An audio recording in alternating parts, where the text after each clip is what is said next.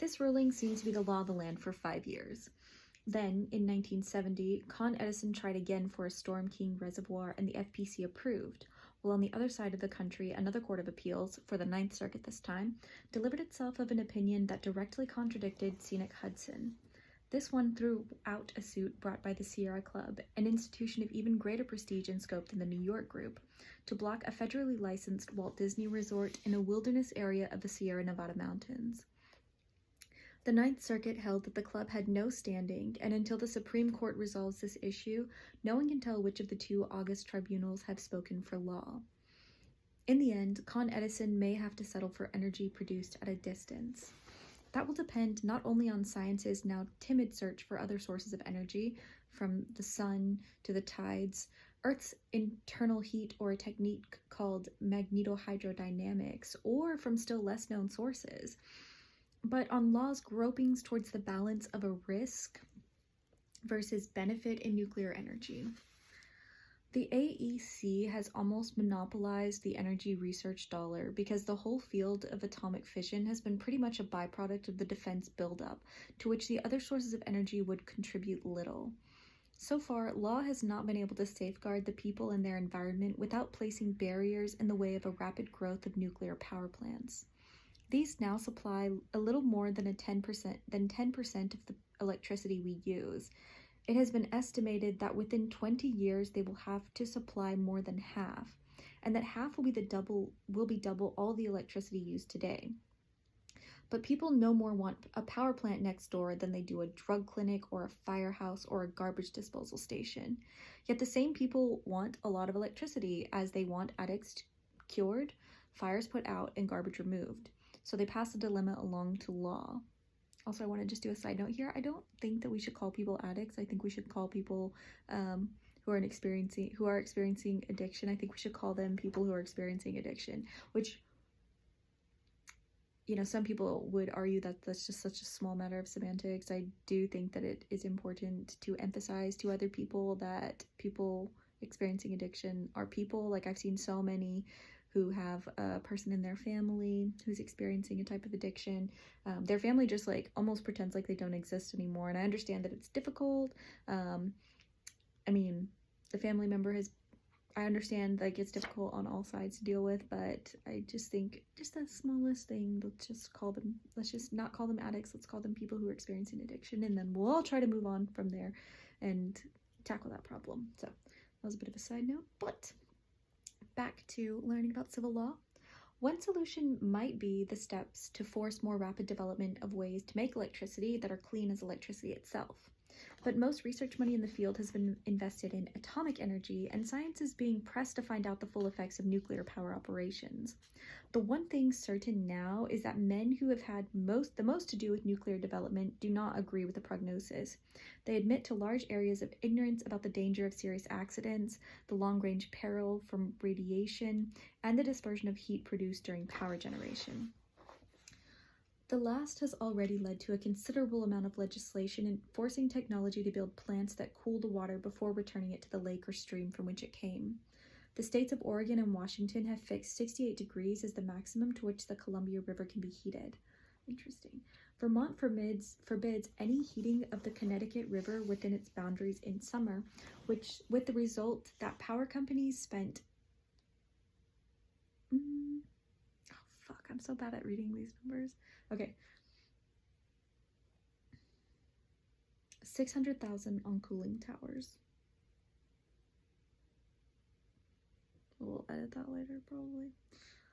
A suit in Chicago against the Commonwealth Edison Company's nuclear plant going up north of the city on Lake Michigan is expected to lead to some decisions as to how much heat the lake can stand.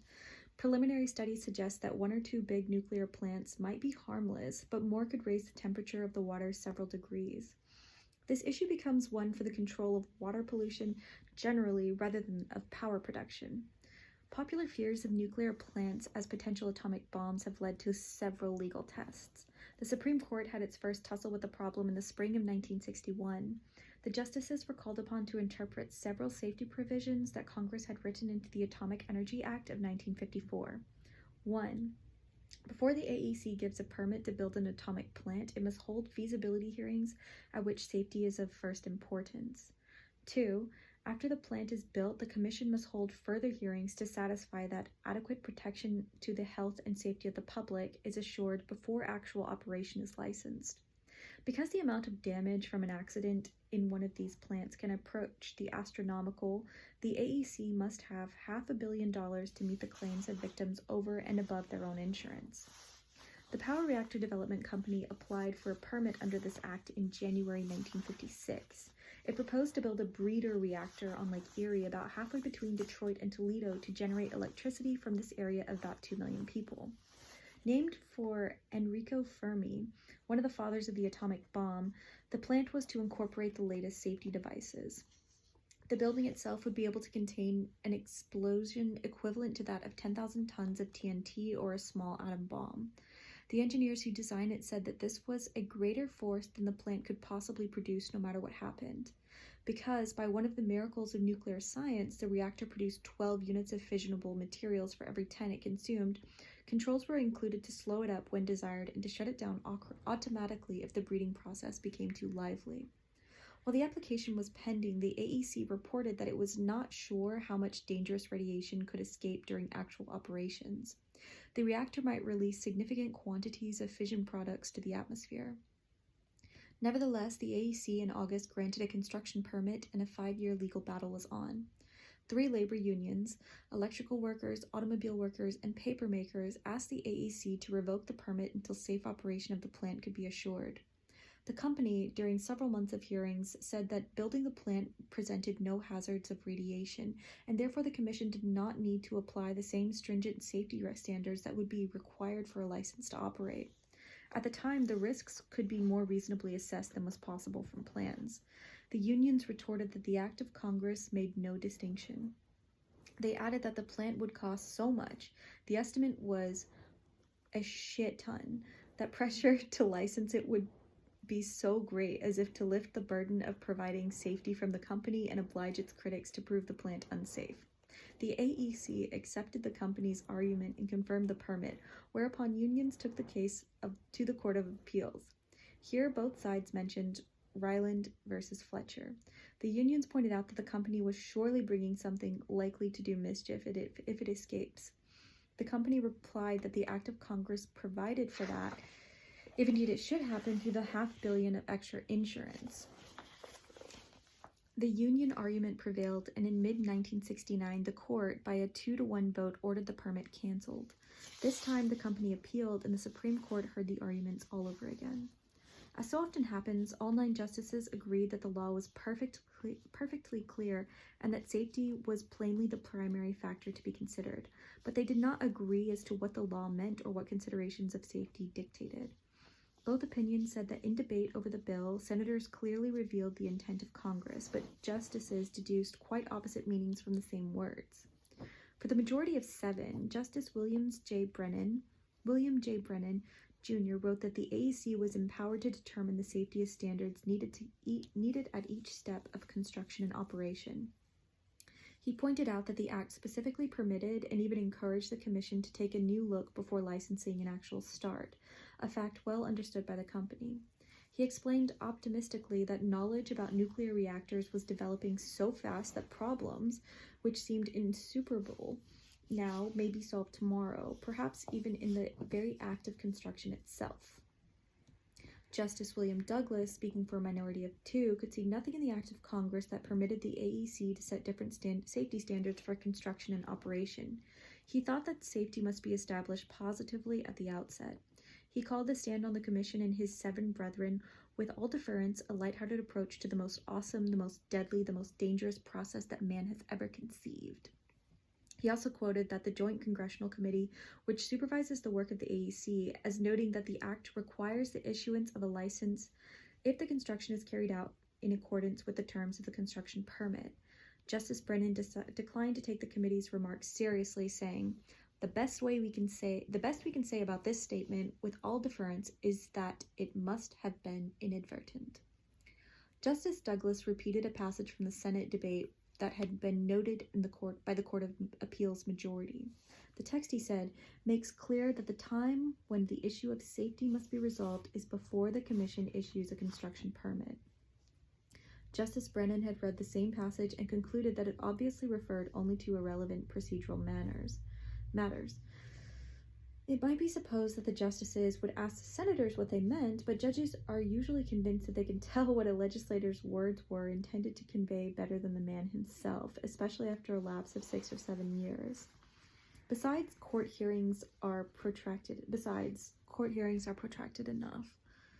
If the highest national tribunal did not make its own interpretations of what is in the record, the talk as to who meant what would be endless. This 1961 decision established the AEC as final authority on safety in the nuclear field, but not necessarily for all time. Since the Commission promotes the use of nuclear energy and finances most research in the field, questions have been raised as to its impartiality in ruling on the quality of its own work.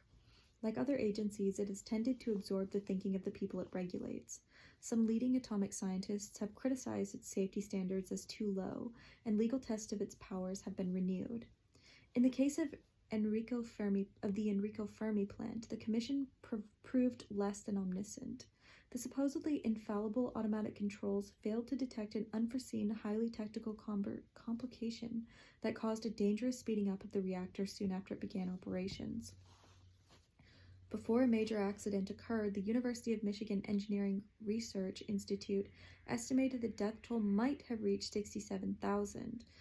Alert engineers spotted the danger signals, and the plant was closed for 4 years. Considering the vast amount of nuclear construction for both military and civilian purposes, fatalities have been relatively few. The New York Times on June 16, 1970, quoted unnamed critics as putting the deaths in atomic energy plants at 200. In 1961, 2 soldiers and a sailor were killed in an explosion inside the AEC testing station in the Lost River in Idaho. The radiation was so intense that it took nearly 3 weeks to decontaminate the bodies sufficiently for burial. Other deaths of workers have been attributed to the accumulated effects of radiation in the plants.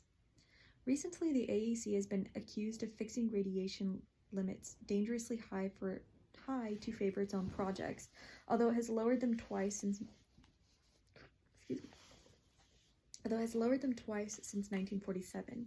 It has set 170 millirads, or thousandths of a rad, as the maximum that a person can absorb safely in a year. A rad is short for radiation absorbed dose, so the reportedly safe amount annually is about 1/6 of a dose. 2 of the Commission's own scientists have reported that if everyone got what the AEC calls a safe dose, deaths from cancer and leukemia would increase by at least 16,000 a year, maybe 24,000. Although the AEC scoffs, the law has been invoked. Minnesota made a frontal legal attack by adopting a statute limiting any nuclear plant to emission of 17 millirads, 1/10 of the permitted AEC dose.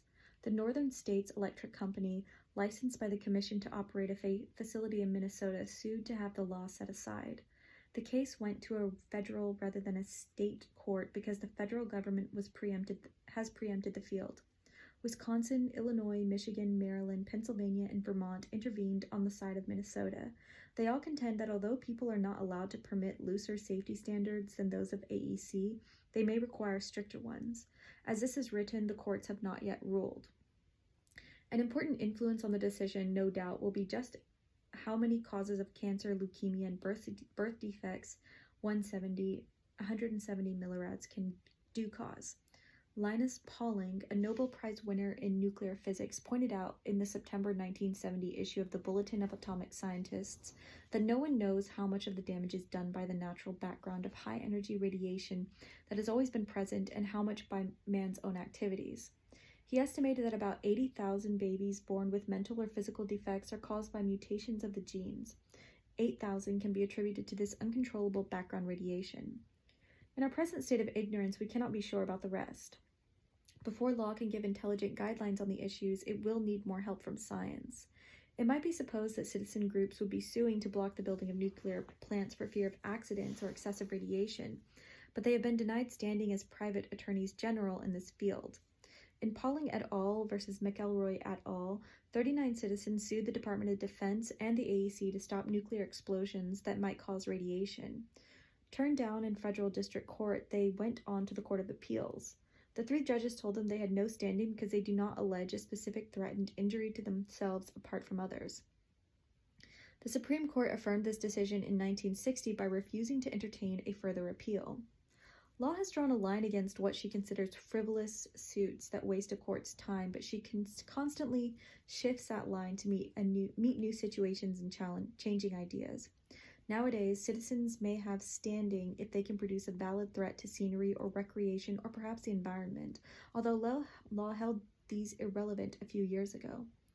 A group of Cornell professors in 1970 forced the abandonment of plans for a nuclear plant near them because they were preparing a suit based on overheating Lake Cayuga. 5 nuclear projects in other parts of the country were similarly prevented, and one authority on environmental law has written that such a threat is an ineffective legal ploy because a utility will usually go away and will try in another location rather than undertake a long, expensive trial. Nor is a citizen helpless if he can prove an injury, even one resulting from the Army's purportedly essential activities. That was decided as far back as 1953 when bomb tests above ground were still conducted. On St. Patrick's Day that year, a relatively small bomb equivalent to only 15,000 tons of TNT was exploded in the Nevada desert at Yucca Flats, a project called Operation Upshot Knothole. The mushroom cloud, seen by millions on television, rose 40,000 feet into the air and scattered what is now recognized as a dangerously large amount of radioactive dust, so much and so widely that it could be measured in the air over Ohio 2 days later. At the time, AEC scientists assured the country that this radiation was harmless, but even then their opinion was questioned, and in a court too. When Upshot Knothole was loosed, herds of sheep were only about 50 miles away in Utah. During the next few weeks, an unusually large number of them died. Such an unusually large number of them died that their owners called on the Army to pay for the loss. The Army refused, and several sheepmen sued. In one case named Bullock, the case of one named Bullock was chosen as a test of the government's liability. Because it was a test, United States District Judge A. Sherman Christensen allowed both sides the widest possible latitude in presenting their facts and expert opinions. From the government's point of view, the most important issue was that it would be exempt from payment even if radiation from Upshot Knothole did the damage. The explosion was a discretionary function of government in accordance with national policy, so that if a citizen was hurt, it was just too bad. Judge Christensen was unimpressed by the skill and diligence with which the argument was presented, but he was impressed, my bad. So Judge Christensen was impressed by the skill and diligence with which this argument was presented, but he was not convinced. He said it would in effect deny fundamental human rights for the protection of which our governmental policy is designed. He also pointed out that the Army had not lived up to its legal obligation to warn Bullock and the others to get their sheep out of the danger zone, just as men-at-work signs alert motorists and pedestrians when the streets are torn up. Unfortunately for the sheepmen, the evidence did not prove that radiation killed the sheep. The bulk of the expert testimony indicated that they died from a combination of infections, too little food, and an unusually severe cold snap. Bullock versus U.S., however, established that in the law, the government is obliged to warn people of the danger when atomic energy is released and perhaps pay for damages anyway. While tests in the atmosphere are now forbidden, the AEC scheduled 23 of them underground during 1970, and controversy over some of the early ones has been pushing law toward new thoughts on rules to control this genie before he gets all the way out of his bottle. 4 court suits to block a 1969 AEC experiment to release natural gas by an underground explosion were lost. But within a year after the blast was let loose, 355 claims for damages done above ground had been filed, and the AEC had settled more than $90,000 worth of them before trial. Also in 1969 in Colorado, the Rocky Flats of the Dow Chemical Company, which makes plutonium triggers for hydrogen bombs under the AEC contract, suffered a fire that consumed a shit ton of property inside the plant itself. The argument over how far the released plutonium had spread and the danger it posed was still going on a year and a half later. By that time, the last of 1970's underground tests on December 18th in the already heavily contaminated Nevada desert broke through the surface and spread radioactive dust across part of Utah. At least 14 other underground tests have each leaked into the air an amount of radioactivity estimated as equal to that of the Hiroshima bomb. Besides warning against radiation from normal nuclear energy operation and the danger of accidents, some critics of AEC complained that the disposal of wastes from these plants. The wastes contain enormous concentrations of radioactive substances that will remain deadly for about 500,000 years, unless science finds some as yet unsuspected way of diffusing them. The rate of accumulation of such wastes has reached 100,000 gallons a year, most of it stored in remote underground tanks. On December 15, 1970, Look magazine quoted a National Academy of Sciences committee as warning AEC that none of the sites is geologically suited to the safe disposal of these wastes. The chief danger is that if they leak, and the stuff is very active, they will contaminate drinking water that trickles through the bedrock of soil over vast areas. Abandoned salt mines offer a possible solution, for salt is a good shield against radiation and a stable substance. When the AEC found such a mine under the town of Lyons, Kansas, early 1971, and asked Congress for a lot of money to buy it, conservationists were quick to demand that the commission take its deadly wastes elsewhere. The outcry was bitter, as if the suggestion were for a power plant or a low-cost housing project, but in this instance the objections did not come from the people of Lyons. According to a report by New York Times correspondent, 99 out of 100 of them were content to live above the storage, for they believed government experts who assured them the waste, as the AEC would handle them, would never leak or break out. In the light of all these nuclear dangers, a pressure to alleviate them through law is bound to increase. At present, the reassurances of AEC spokesmen and the alarms sounded by the Commission's critics are based as much on speculation as on knowledge. Therefore, law finds itself in the position it occupied when it had to determine questions of life or death through ordeal by fire or water. Before law can step up with its proper balancing of risks versus benefits, science will have to provide more precise evidence than it has so far as to what nuclear energy will not only give, but what it will cost. Next, we'll have Chapter 7, page 93, The Legality of Dirt.